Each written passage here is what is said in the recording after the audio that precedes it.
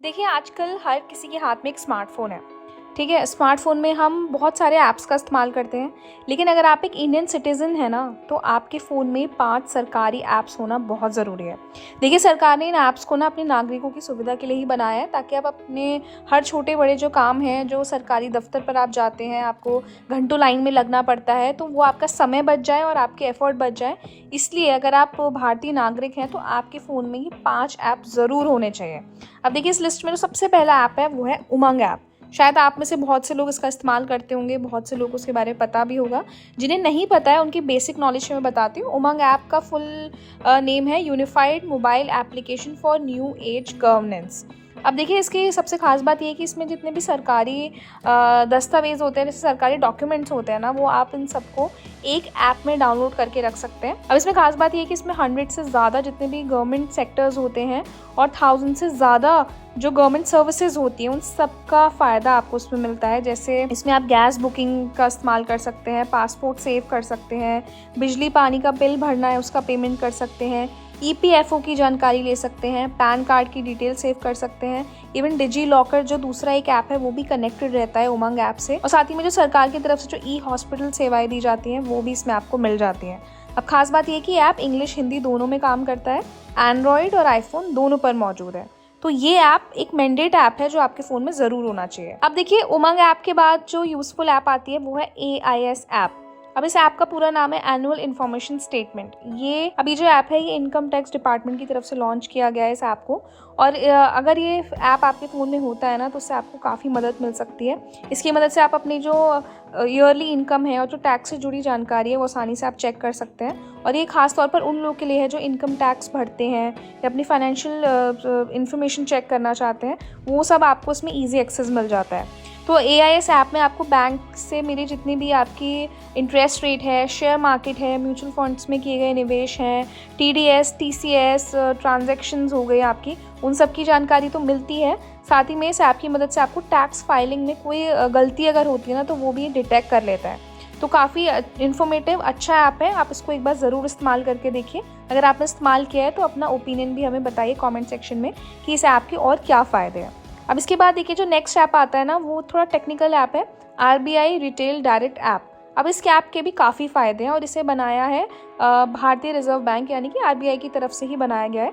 इस mobile app के ज़रिए ना आम लोग जितने भी हैं वो सीधे सरकारी बॉन्ड्स और सिक्योरिटीज़ में निवेश कर सकते हैं। देखिए, काफ़ी इंटरेस्टिंग ऐप है, ट्रस्टफुल ऐप है, सरकारी ऐप है। और ये सुविधा ना सिर्फ बड़े निवेशकों और बैंकों को ही मिलती थी, लेकिन अब इस ऐप के ज़रिए कोई भी नागरिक आसानी से इसमें पार्टिसिपेट कर सकता है। इस ऐप से आप ट्रेजरी बिल, गवर्नमेंट बॉन्ड, साथ ही में जो राज्य सरकार की स्कीम्स आती हैं, सॉवरेन गोल्ड बॉन्ड होता है, इतने जितने भी ऑप्शंस हैं ना, इन सब में आप निवेश कर सकते हैं, मतलब इन्वेस्ट कर सकते हैं। साथ ही इस ऐप में अकाउंट खोलना बिल्कुल फ्री है, इसके लिए आपको कोई पेमेंट नहीं करना है। और ये भी दूसरे ऐप्स की तरह एंड्रॉयड और आईफोन दोनों पर उपलब्ध है। तो देखिए, काफ़ी इंटरेस्टिंग ऐप लगा मुझे ये। अगर आप इन्वेस्टमेंट में काफ़ी एक्टिव रहते हैं ना, तब आपके लिए ज़्यादा हेल्पफुल हो सकता है। अब इसके बाद नेक्स्ट ऐप है उन लोगों के लिए जो ट्रैवल काफ़ी करते हैं। तो उस ऐप का नाम है, जो सरकारी ऐप है, डिजी यात्रा ऐप। शायद आप में से बहुत लोगों ने इसके बारे में सुना होगा। जो नहीं जानते हैं वो मैं बता देती हूँ कि भारत सरकार की तरफ से ये डिजिटल इंडिया को सिक्योर करने के लिए एक ऐप बनाया गया था।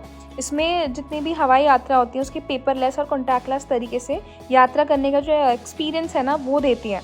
तो इस ऐप की मदद से ना आपके जो चेहरे की पहचान है वो हो जाती है। इवन जितने भी एयरपोर्ट स्टेशंस हैं उस पर चेक पॉइंट्स हैं, चेक इन करना है, सिक्योरिटी चेक इन है, बोर्डिंग गेट्स हैं, तो आपको बिना किसी डॉक्यूमेंट के ना आप इस ऐप के ज़रिए अपने आप को वेरीफाई करवा सकते हैं। शायद बहुत लोगों को इसके बारे में नहीं पता होगा।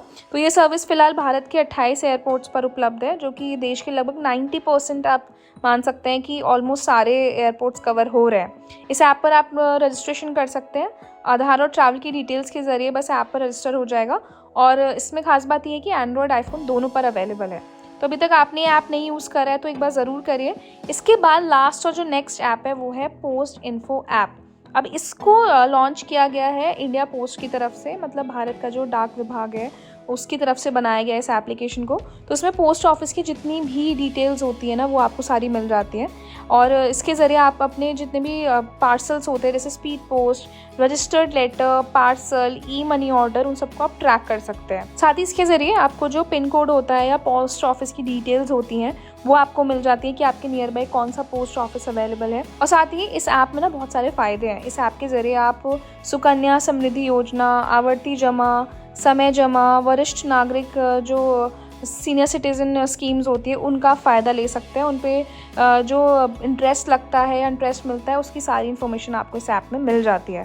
तो मैंने 5 ऐप आपको बताए हैं, सारे सरकारी ऐप हैं, काफ़ी अच्छे यूज़फुल ऐप हैं। तो अगर आप एक इंडियन सिटीज़न हैं तब आपके लिए काफ़ी यूज़फुल हो सकते हैं। तो इनमें से कोई भी ऐप आपने यूज़ किया है तो उसका एक्सपीरियंस हमें बताइए। नहीं किया है तो इन ऐप्स को इंस्टॉल करिए और हमें बताइए कि कौन सा ऐप आपको ज़्यादा बेटर लगता है। तो अपना ओपिनियन हमें कमेंट सेक्शन में ज़रूर दें। ये वीडियो अपने आसपास के सभी लोगों के साथ शेयर करिए, लाइक करिए और ऐसे इंटरेस्टिंग वीडियोज़ के लिए हमारे चैनल को सब्सक्राइब भी करें।